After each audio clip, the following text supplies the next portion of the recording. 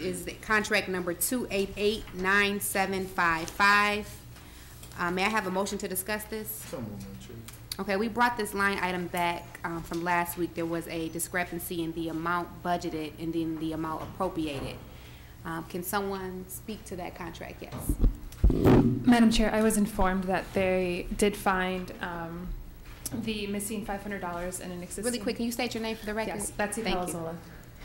They found the missing $500 in a different account. That account string is 395700, and Recreation has confirmed that there are the necessary funds in that account to make up the balance. Okay, so will we get that, because that wasn't submitted to me? Can I get that submitted to me so that we can move it to formal? Yes. Okay. Councilmember Tate, are you okay if that's submitted to us prior to formal? Absolutely, Okay. subject to. Subject to. Move approval, subject to the conditions that the document is provided to you, Madam Chair, in advance of the meeting. Okay. Formal, I'm sorry.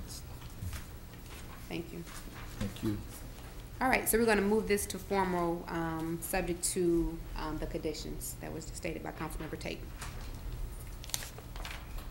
All right, we're moving to new business on line item number 2. This is a report request from Councilmember Leland in regard to the closure of Gabriel Richard Library. May I have a motion to discuss? So moved.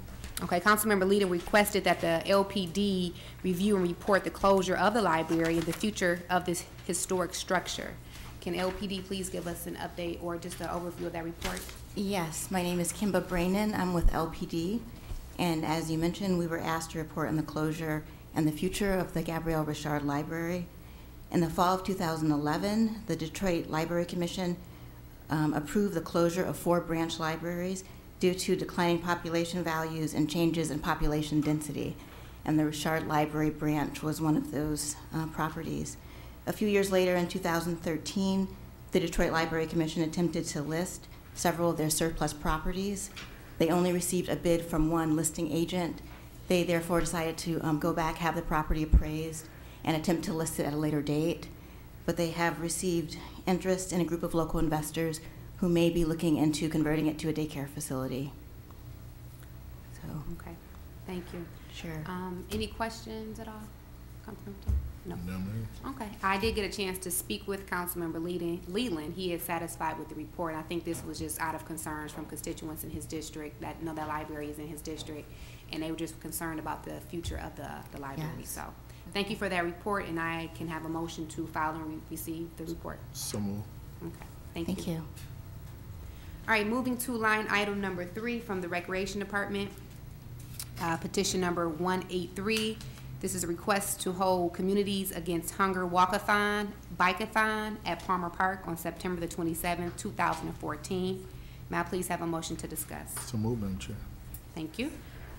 May I please have an update, Ms. Mobley? I know the Recreation Department did approve. We're still awaiting reports from various departments. Madam Chair, the administration is requesting that this be brought back in 4 weeks. It's a relatively new group, and they're still working through the process. And so they haven't been able to meet with the recreation events team yet. And so they are requesting that they be given 4 weeks to come back. 4 weeks? Yes. Okay. All right, so the event is not until September, so that's fine. We'll bring this item back in 4 weeks. May I have a motion to do that, please? Move to receive the report and bring back in 2 weeks, Madam Chair. All right, that motion stands approved. In 4 weeks? Yeah. Oh, I'm sorry, in 4 weeks. In 4 weeks. I'm in sorry. 4 weeks. Yes, ma'am. Okay. We are at the end of our line items. We will now turn to public comment. Ms. Cindy Dara is here. Cindy Dara, you will have 2 minutes.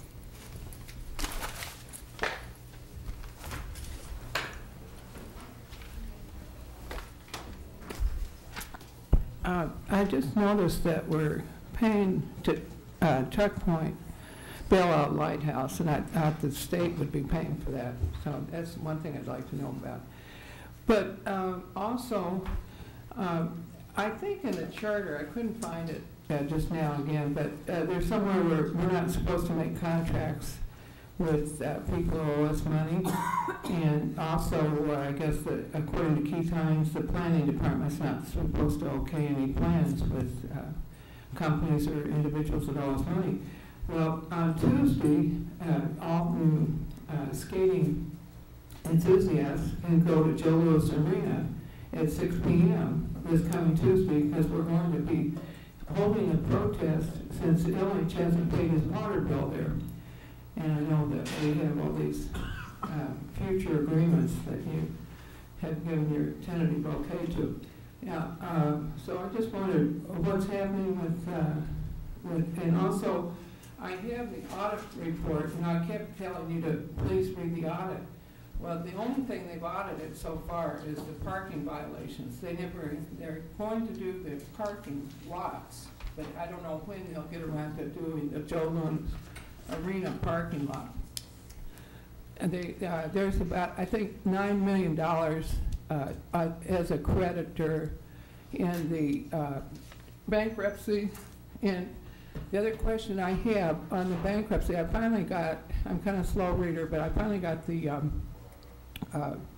disclosure statement read last night. I haven't got the plan done.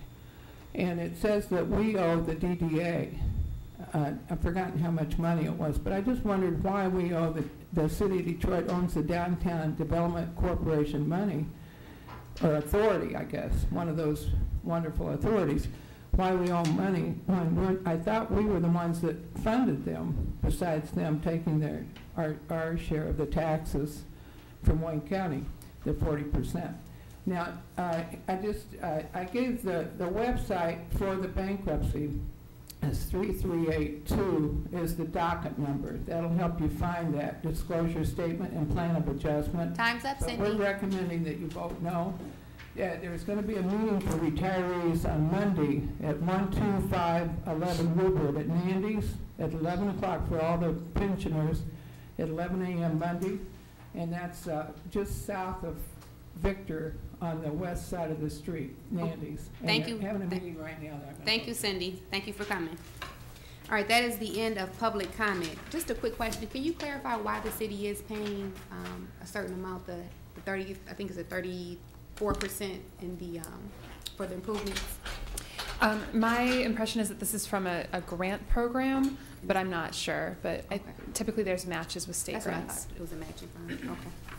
All right, we're gonna now move to member reports. Councilmember Tate. Negative report, ma'am. Okay. Just wanted to report that Belle Isle is having their annual spring cleanup next Saturday, April the 26th, from 9 a.m. to 12 p.m. They are giving away certificates for community service credit hours right on site. So if there's any children or students interested in getting community service credit, they will be giving out certificates, and it's a great way for us to just get involved in cleaning up Belle Isle. Also, the second edition of Conversations with the Councilwoman Sheffield, will be held at the Eastern Market inside of Shed 3, April the 28th at 6 p.m. We have several businesses that will be donating food: Cutters, Mootown Ice Cream, Louisiana Creole Gumbo, Mike's Pita and Grill, Sapino's Pizza, Roma Cafe, and Burt's, just to name a few. Can I come this time? Yes, and council members are welcome to join us, since there will be a larger space. So we hope to see everyone there April 28th at 6 p.m. inside of Shed 3. Please RSVP at 313-224-4505. And that is all the reports that I have. There's no further business. Adjournment, Madam Chair. The meeting will be adjourned.